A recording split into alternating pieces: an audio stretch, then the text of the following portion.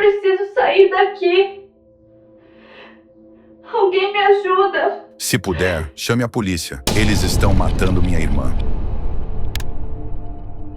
Uma adolescente foi torturada diante de uma cidade inteira e ninguém estendeu a mão. O horror tem endereço: 3850 East New York Street. No caso Sylvia Likens, o monstro não vive sozinho. O monstro multiplica. E quem sobrevive nunca esquece o grito que se perdeu entre as paredes. Os minutos finais de Sylvia Likens não começam com esperança. Começam com o medo cavando espaço debaixo de sua pele. O corpo dela, fraco e manchado, jaz no chão gelado do porão. Sylvia respira com dificuldade. O ar é mofo, sujo, cercado de caixas velhas. O martírio de Sylvia começou 2 meses antes, quando os pais, viajando com um circo ambulante, deixaram Sylvia e sua irmã Jenny aos cuidados de Gertrude Banisewski.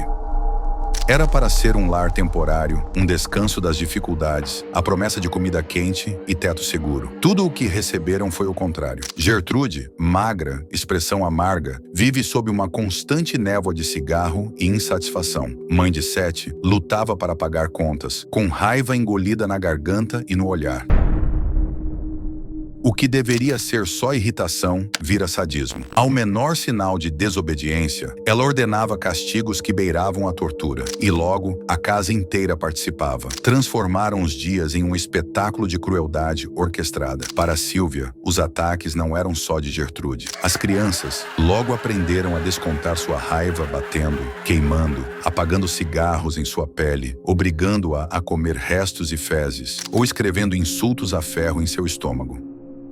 Jenny, a irmã mais nova, sofria calada, ameaçada constantemente a não contar nada, ou seria ela a próxima. Sylvia começou a perder cabelo, a pele marcada pelo descaso e pelas agressões. O vermelho das seguidas lesões era visível até para vizinhos e professores. Em um domingo, Sylvia tentou escapar. Fraca, deslizou pela porta dos fundos, mas foi pega antes de alcançar a rua. O castigo veio em dobro. Mais socos, mais insultos, um copo de água negado até o corpo desistir de pedir socorro. Certa noite, Sylvia encarou o teto do porão, ouvindo as vozes e os passos dos torturadores se afastarem. Tentou chamar pela mãe, sussurrando um último pedido de ajuda para ninguém ouvir. Ali no escuro, a vontade de sobreviver se escondeu junto com o resto de sua infância. Na casa Banisewski, o mal não era um monstro isolado. Ele era coletivo, silencioso, cotidiano. No final, o inferno de Sylvia era tão visível quanto ignorado. E lá fora, a cidade de Indianápolis seguia em frente, sem desconfiar do que se passava atrás daquelas paredes. Para quem via de fora, a casa Banisewski não passava de mais uma entre tantas. A crueldade ganhou rotina. Num sábado, Pauline, a filha mais velha de Gertrude, atirou água fervente nas costas de Sylvia. Em outro, Stephanie e sua amiga Anna obrigaram Sylvia a se despir diante do grupo, enquanto risadas explodiam, tapando os gritos dela. Tudo era motivo para castigo. Qualquer palavra virava sentença. Professores notavam roxos e arranhões. Caiu da escada, explicava Gertrude. O zelador da escola desconfiou, viu Sylvia magra demais, andando com dificuldade. Até Jenny, ameaçada de morte, era forçada a negar o óbvio aos adultos. O ciclo alimentava-se em indiferença de todos. Banhos forçados com água gelada no quintal, comida negada por dias, Sylvia sendo chutada até perder os sentidos. Em certo momento, os jovens do bairro começaram a visitar a casa apenas para maltratar a menina. Mesmo aqueles que, por fora, nunca teriam coragem. Era o contágio do ódio. A mãe de Sylvia, Betty Likens, escrevia cartas e mandava dinheiro modesto, sempre acreditando nas respostas de Gertrude. As meninas estão bem, são travessas, mas estão seguras. A farsa alimentava a fachada, enquanto os hematomas se multiplicavam e a esperança de Sylvia se tornava lembrança.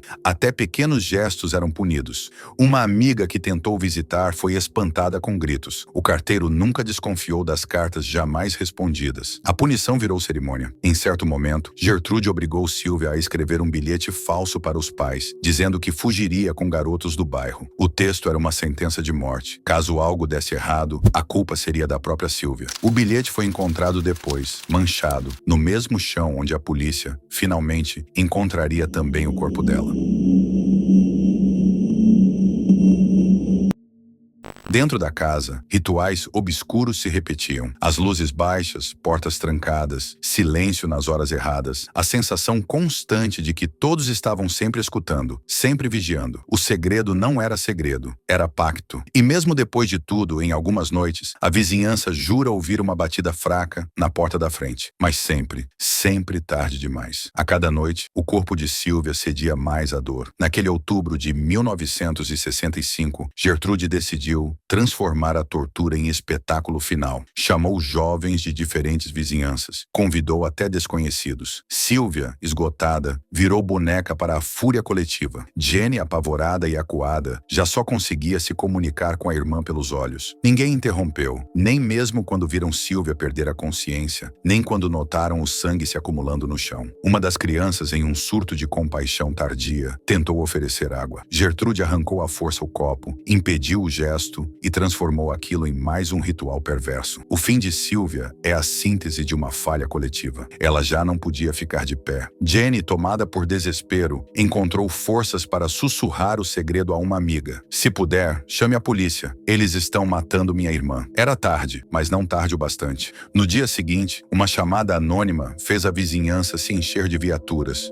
Policiais arrombaram a porta. O que viram foi o cenário de uma chacina silenciosa. Sylvia morta, magra demais para ser carregada sem quebrar. As marcas impossíveis de ignorar. Quando as notícias da morte de Sylvia Likens varreram Indianápolis, multidões se acotovelavam nas fachadas do tribunal, esperando para ver os rostos dos culpados. Não demorou até que os nomes de Gertrude Banisewski, seus filhos e vizinhos ecoassem pelas ruas como maldição. Aquilo poderia ter acontecido com qualquer um. Garotos do bairro se revezavam para negar participação. Jenny, pequena e devastada, cruzou o corredor de braços dados com policiais. Sua voz, quando finalmente conseguiu falar, cortou o silêncio. "Eles mataram a minha irmã. Eu nunca consegui ajudar." Imagens de Sylvia, antes alegre e sorridente, circularam pelas bancadas. Os detalhes das torturas foram lidos um a um. Como ninguém fez nada? Por que todos aceitaram os relatos de Gertrude? O juiz, atônito, insistia em respostas, mas recebia só silêncio, uma rede de covardia e medo. O julgamento foi longo, com detalhes sórdidos expostos à exaustão. Gertrude e o filho John Jr. receberam penas severas, prisão perpétua. Outros filhos e participantes, penas menores. Quando a sentença saiu, não houve aplausos, só um vazio moral atravessando a cidade. Indianápolis nunca mais seria a mesma. O nome Sylvia Likens deixou de ser só de uma vítima, virou símbolo. O caso estampou jornais pelo país, inspirou leis mais duras sobre abuso infantil e por décadas virou sinônimo de advertência. Jenny cresceu assombrada, carregando o nome da irmã como cruz. A cada aniversário, flores eram deixadas onde o corpo de Sylvia caiu, e mesmo décadas depois, o porão parecia guardar ecos de pedidos de socorro nunca respondidos. No tribunal, entre lágrimas e rabiscos, Gertrude jamais confessou arrependimento. Para Indianápolis, restou a consolação amarga. Justiça pode até tentar cicatrizar, mas há feridas que não fecham. Décadas já passaram desde que a porta do porão de 3850 East New York Street se abriu para revelar uma das maiores tragédias de Indianápolis. O caso Sylvia Likens não foi só um crime, tornou-se uma cicatriz coletiva, um mito grotesco soprando avisos para as gerações futuras. Mesmo depois do veredito, a cidade precisou reaprender a andar de cabeça erguida e a manter os olhos bem abertos ao redor. Leis mudaram, políticos discursaram sobre proteção à infância, psicólogos rodaram escolas para identificar sinais de abuso. Sylvia virou símbolo, seu rosto estampou cartazes e relatórios oficiais nos gabinetes de promotores. Professores passaram a desconfiar mais. Campanhas de conscientização tentaram impedir que outro horror se repetisse. Mas toda essa mobilização custava caro. Cada mudança vinha carregada pela lembrança do que se perdeu. A casa Banisewski, por anos abandonada, atraiu curiosos, jornalistas, crianças ousadas que juravam ouvir choros e gritos em ecos sufocados no porão. Ela foi demolida. Indianápolis jamais se recuperou inteiramente. Os que participaram do crime cresceram sob sombra constante, mudando de nome, mudando de cidade, mas não de passado. Jenny Likens, por sua vez, viveu entre memórias partidas, deu entrevistas, lutou para que ninguém esquecesse o nome da irmã, insistindo na necessidade de não repetir os erros do silêncio. Cada depoimento era também uma denúncia. Ajude, conte, não espere o mal crescer, repetia, olhando para a câmera como se pudesse atravessar décadas de covardia coletiva. Morreu em 2004, ainda perseguida consumida pela culpa de não ter salvo Sylvia, mas também orgulhosa de dar sentido ao grito que ninguém quis ouvir. O caso inspirou filmes, livros, documentários. Na história criminal americana, Sylvia Likens é referência, a prova de que monstros podem usar rostos familiares, de que o horror se esconde no ordinário. O bilhete forçado, guardado em arquivos policiais, se tornou lembrete brutal do preço do silêncio.